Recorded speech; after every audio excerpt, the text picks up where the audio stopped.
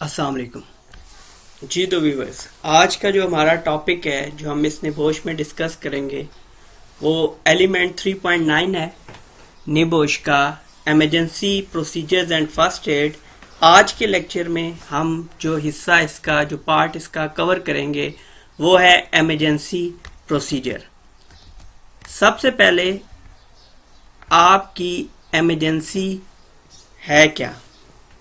यहाँ पे तो ग्रुप एक्सरसाइज फौरन से आ गई कि फायर के अलावा क्या क्या इमरजेंसी हो सकती है, वो हम आगे डिस्कस करेंगे।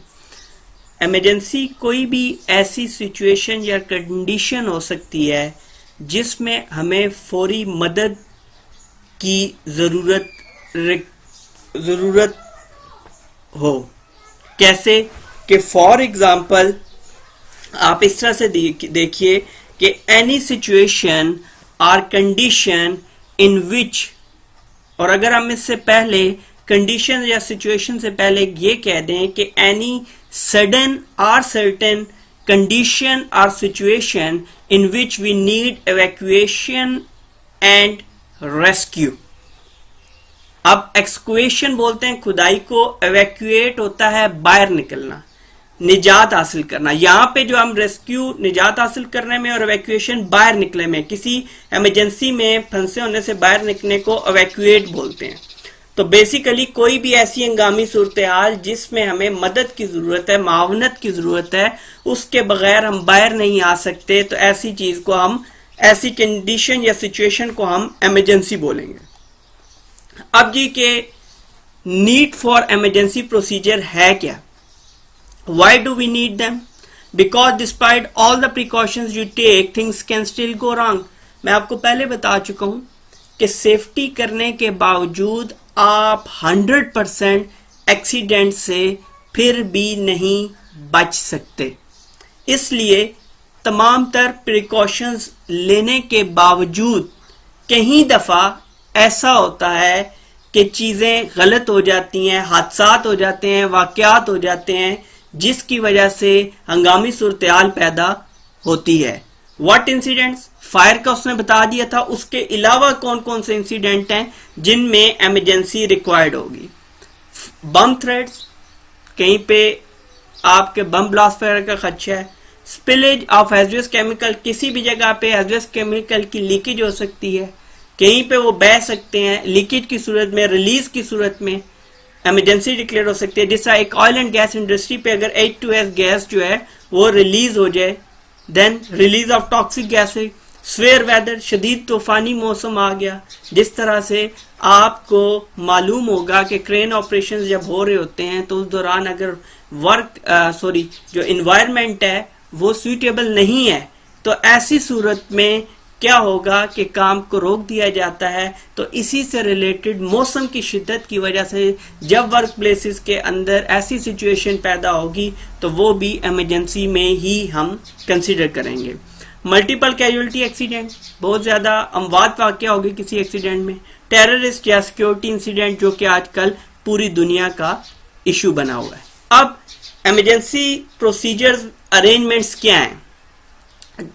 द फोर्सिबल इमरजेंसी, जिस तरह फोर्सिबल रीजनेबिलिटी बनती है, इसी तरह फोर्सिबल, जिस तरह फोर्सिबल प्रैक्टिकेबल चीजें बनती है, इसी तरह फोर्सिबल इमरजेंसीज।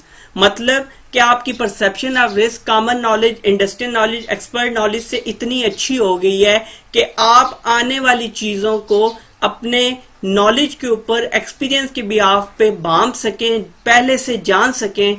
तो ऐसी इमरजेंसी जिनको हम पहले से जान लेंगे वो फोर्सिबल इमरजेंसी के अंदर शुमार होंगी।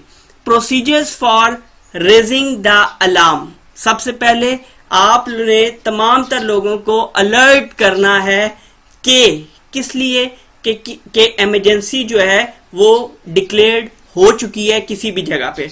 Procedure to be followed, suitable emergency equipment, responsible staff, जो स्टाफ होगा वो रिस्पॉन्सिबल हो। ऐसा नहीं कि जिन लोगों का जिम्मा भी लगाया गया है कि वो इमरजेंसी रिस्पॉन्डर हैं, बावजूद इसके कि उनको जिम्मा भी लगाया गया और वो अपनी जिम्मेदारी को छोड़ते हुए वो भी उस इमरजेंसी से भाग निकलें या उस इमरजेंसी का सामना न करें।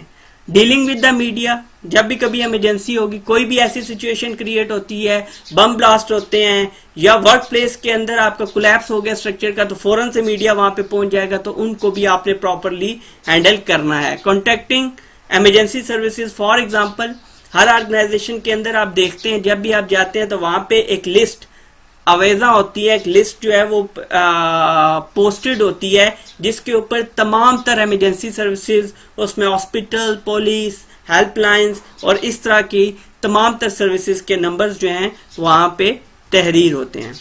Next is the organisation needs to arrange. अब ऑर्गेनाइजेशन ने इमरजेंसी प्रोसीजर अरेंजमेंट्स में चीजें क्या क्या अरेंज करनी है, कि किस तरह की अरेंजमेंट्स होंगी, तो वो हमें दिखाई देगा कि वाकईतन ऑर्गेनाइजेशन के अंदर इमरजेंसी से लड़ने के लिए अरेंजमेंट्स की गई हैं। कम्युनिकेशन इक्विपमेंट, लैंडलाइन, मोबाइल्स दिए गए होंगे ताकि आपस में इंफॉर्मेशन जो है वो उसका तबादला हो सके। Contact details, national and local numbers, responsible individuals with necessary information. Next, अब इसके अंदर इमरजेंसी ड्रिल को इमरजेंसी को जो हैंडल करना पड़ता है उसमें होता क्या है।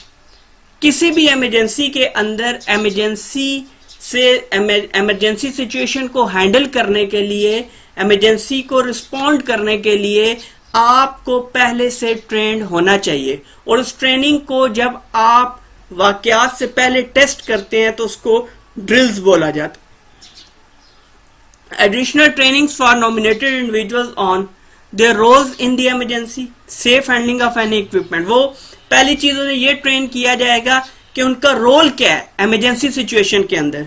दूसरी चीज, जो इक्विपमेंट है जिसने इमरजेंसी में यूज होना है, तो वो इक्विपमेंट क्या है, उस इक्विपमेंट को कैसे हैंडल किया जाएगा। कहीं ये ना हो कि इमरजेंसी के दौरान हैंडलिंग ना आने की वजह से मजीद डिजास्टर हो जाए, मजीद एक्सीडेंट हो जाए और मजीद नुकसान का सामना करना पड़े।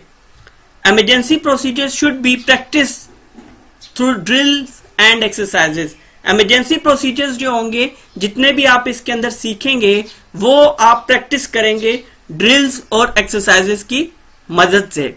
आगे हमारे पास जो फर्स्ट एड रिक्वायरमेंट्स का टॉपिक है वो एक अलग से टॉपिक है। अब हम टॉपिक बाय टॉपिक डिस्कस कर रहे हैं ताकि जिन लोगों ने एग्जाम देना है वो प्रिपेयर भी प्रॉपरली कर सकें। जो लोग नॉलेज के लिए पढ़ रहे हैं उन्हें नॉलेज स्टेप बाय स्टेप पता हो चीजें कि किस तरह से आपस में कनेक्टेड हैं। अगर नहीं भी कनेक्टेड तो किस तरह से हम health and safety management system के अंदर इनको यूटिलाइज कर सकते हैं।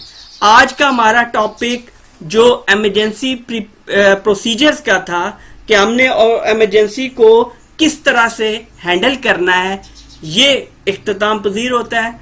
अपने अगले लेक्चर फर्स्ट एड में बहुत जल्दी आपसे मुलाकात होगी। तब तक के लिए अल्लाह हाफ़िज़।